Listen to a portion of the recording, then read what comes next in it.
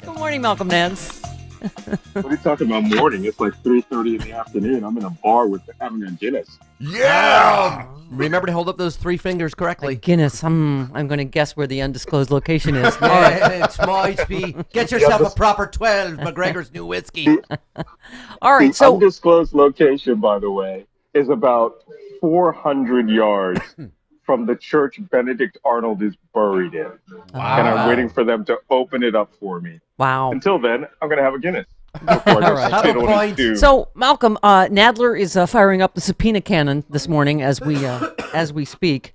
Oh, really? And we played, well, beside the fact that the president is clearly disintegrating mentally. I don't know if you've seen heard these last couple of speeches, but he's also clearly in a full-on panic about the Mueller report.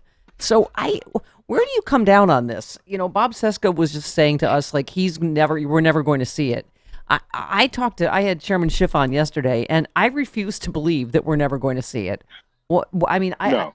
Okay. He is Chairman Schiff, among others, is constitutionally, legally entitled to see the full unredacted report. Correct? Absolutely. He's part of the Gang of Eight, so he has, by law, he can see anything that the Attorney General produces. But I'm with Adam Schiff. That report's coming out. It may be a few redactions. It may fall off a truck, as I like to say, in front of the Washington Post. But let me tell you, I think it was Tim O'Brien who tweeted that Trump's behavior yesterday, when he gave that long interview where he said the oranges of the of the investigation instead of origins, that he had the impression Trump knows what's in the report and is panicking. I don't know that. I don't particularly care, because at this point, I'm from that camp that I know what I saw, and I know what we all know, and that the information that's going to come out is going to validate that. And we're probably going to find that the greatest conspiracy in the history of the United States was covered up by the greatest conspiracy in the history of the United States. I can't even believe I'm saying that, but that's where we are. Yeah, well, Malcolm, I've made a point that I wanted to certainly get your take on is I was, even in this Barr cover-up memo, the standard that is set there, we found there's no criminal conspiracy with the Russian government. I mean, no one, including you, even accused them of that. Like, you thought there was going to be Putin's name on like an email or, a phone call with Putin himself. I mean, isn't that what they're trying to get away with is, the oligarchs aren't the Russian government. WikiLeaks is not the Russian government. I mean, is that Absolutely. my understanding? And they're trying to get away with a semantics game. Also, the question of conviction, meeting the standard of conspiracy, standard of conviction. Well, for the most part, you can create reasonable doubt by the activities that Jared Kushner did, which was to bring your lawyers, come back with a statement and say, no, when I asked for cryptographic systems at the Russian embassy so that the CIA and NSA couldn't hear them, I really was going to talk about Syrian operations that were sensitive military secrets that I would be having in my purview. That creates benefit of the doubt. And you can't get a conviction in the courtroom if you're going with a he said, she said. I personally feel, and I've written this in my books, and I've said this on TV many times, the activities that we are seeing are part of a conspiracy. They knew what they were doing. They went into it with the intent to deceive. And the question here that Mueller left open was, can you get a conviction in a courtroom? Well, most counterintelligence operations don't get convictions in a courtroom. Right. We snatch your clearance, we kick you out of government, we disgrace you for the rest of your life. And you know what? When he passed this on to be done by Congress, he was clearly saying this is up to impeachment. It is exactly, Malcolm. It is impeachable. It may not be indictable because, as you often said to us so many times, right? You said the term is conspiracy. It's not collusion, meaning the legal term. But obviously, if you're going by the Justice Department rule that you can indict a sitting president, and this doesn't meet reasonable doubt for a conspiracy conviction, what we do have and what we know we have is, because we've seen it in the open, is collusion, and collusion is impeachable. And clearly it looks like he found obstruction even more than we know, and that absolutely is impeachable, correct? Right. Yeah. But when you put a professional, a professional hitman whose job it is to clear you of all charges, the way that they did in Iran-Contra and the way that they did with the weapons of mass destruction for the Bush administration. There's only one ruling that's coming out, and you see it now. Trump says now every day, Bob Barr will take a look at that. Bob Barr will now start the investigation with the IG into this conspiracy against me. Bob Barr, ... And Trump has now become a new phase of the conspiracy theory president because he now, in that sit down that he did yesterday, he literally spelled out that this was a secret plan that was supposed to be an insurance policy in case Hillary Clinton lost the presidency. And then she lost the presidency, and then she implemented this secret fever plan to depose him as president. This is a man who is going himself to start claiming that other people are committing treason and may use the force of law to do it. You know, his version of the law, which he can do because he's got a new attorney general that is reinterpreting the laws to his favor. That's why we're in trouble here. That's why I am leaning toward the fall off the back of a truck. That's some patriot, because I've said to Adam Schiff yesterday, I mean, I think they absolutely have to subpoena Mueller, because I want to know, as I keep saying, A, was this a backdoor firing? B, were you forced to close this prematurely? And 3, is this your full unredacted report? Because I don't trust that they're not already redacting incriminating information. Schiff said in an interview this morning that it is inevitable that Mueller will be subpoenaed. Yeah. Okay. Absolutely. What is it? Subpoena Wednesday? Yeah. And I think they should start throwing those things. No more Mr. Nice Guy. No more, we will allow you the opportunity to present yourself and give your... No. Don't bother with that anymore. These people are playing the ultimate game of hardball. You need to go into that Oval Office and use the constitutional Title I powers that you have and start subpoenaing people by force of law to come in and tell the truth, especially Barr. And Barr, apparently, if you watched his hearing, which confirmed him, he is a slick character. He will sit right in front of you and tell you precisely what you want, while obviously thinking, I'm going to rig this entire game. I can't even believe I'm using these words like rig. I never believe in conspiracy theory, but I think now this is no longer a conspiracy theory. We are watching treason in plain sight. But you know what? If we don't do this right, they're going to be able to define what's treason or not. Yeah, well, I agree with you. By the way, I got to meet Kamala Harris on Sunday, which was so fantastic. She remembered being on Larry King with me the night of marriage equality here in California. But it was interesting, Malcolm. Someone asked her a question about the Mueller investigation, and she said, which I have read elsewhere, that her campaign is the #1 target of Russian bots. Why do you think that is? Do they think she's the strongest candidate? Is it just also stirring up more racial animosity as they've done in the past?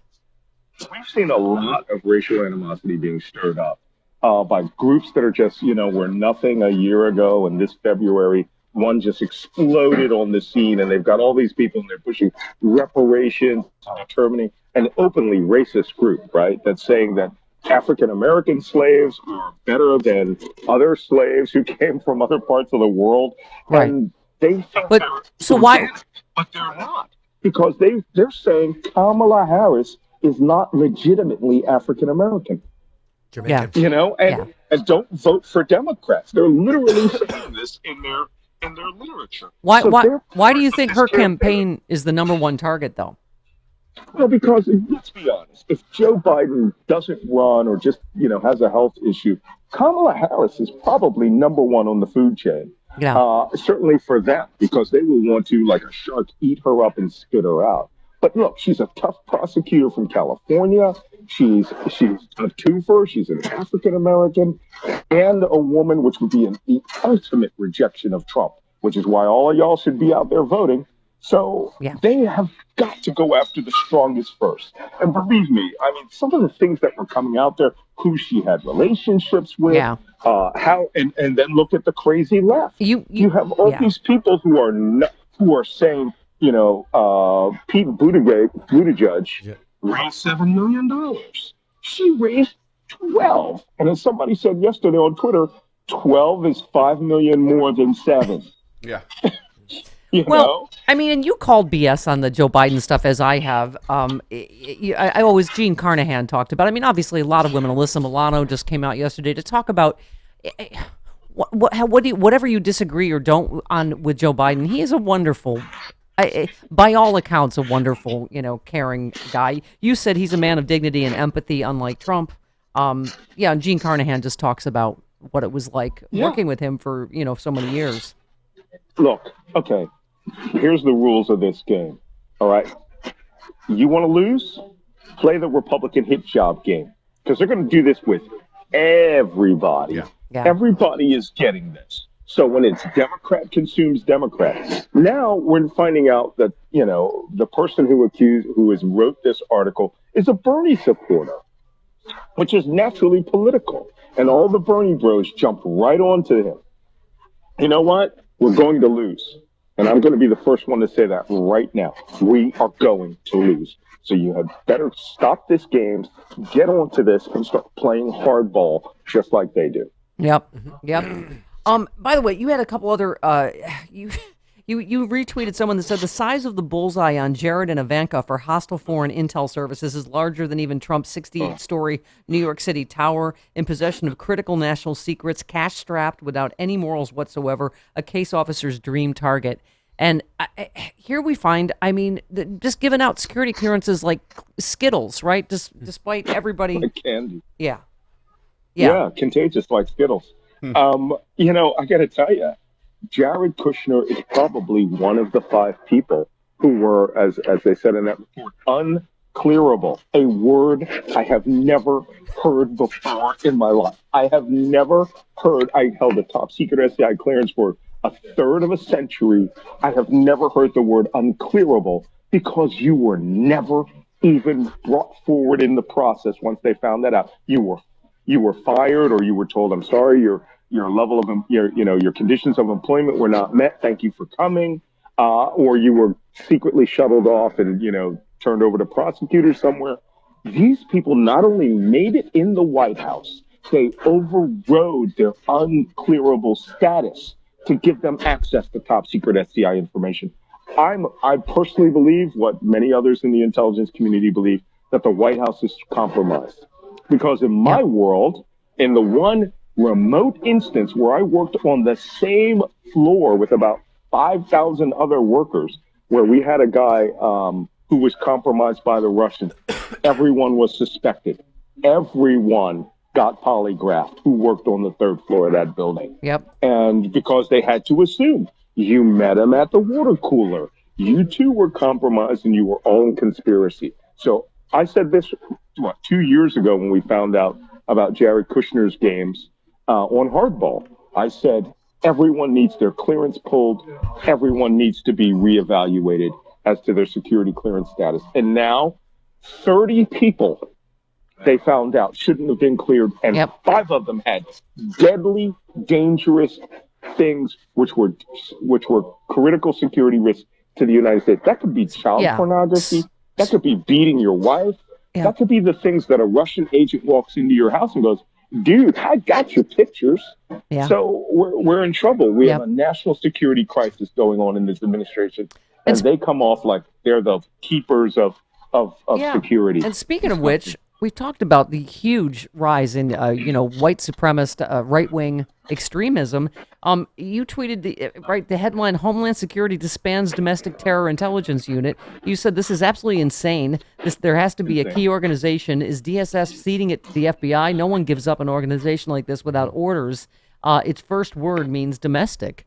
Homeland means domestic. Domestic terrorists. You don't have an intelligence apparatus. You know what? Again, I hate the thought of conspiracy theory, but why are they doing this? I mean, first off, no one in the United States government gives up a budget. No one. That's money. All right. That unit, even if you think that you can replicate all those services with DHS's internal intelligence organization, no, you don't do that. Okay. You keep the unit and you keep all the money and you keep the bodies and then you fold it into something else. But when there's a crisis, you have that unit as the key organization. So if there's a domestic terrorist attack tomorrow in which 200 or 300 Americans are killed, I don't know, like Oklahoma City bombing, okay, you're done. You are hung out to dry because the first thing out of their mouth will be, you disbanded the domestic intelligence organization. Oh, he is such a clear. He is such a clear and present danger. All right. And quickly before we go, I loved your tweet. Tucker Carlson said Chris Hayes is what every man would be if feminists had absolute power, and you said, says the guy who made the pink bow tie famous. Exactly. That was my first thought. God, Tucker Carlson. You know, poor Tucker has A-blocked me twice on his TV show. That's where he put me on in the first moments of his show, attacking me. And you know what he can't stand? My Twitter responses. Right? And I always go back to the bow tie, Tucker. While I was serving in Iraq, dodging IEDs and literally running secret operations with my Iraqi allies, you were wearing an effing bow tie. So, pink one. That's all I got to say about that. All right, Malcolm, great stuff. We'll see you next week. All right, take care. I'll be in Los Angeles. Oh. Okay, let's do this. I'll be talking to Enjoy you. the rest. I'll be in the basement. Oh, enjoy the rest of your Guinness, sir. Goodbye. All right. Bye-bye.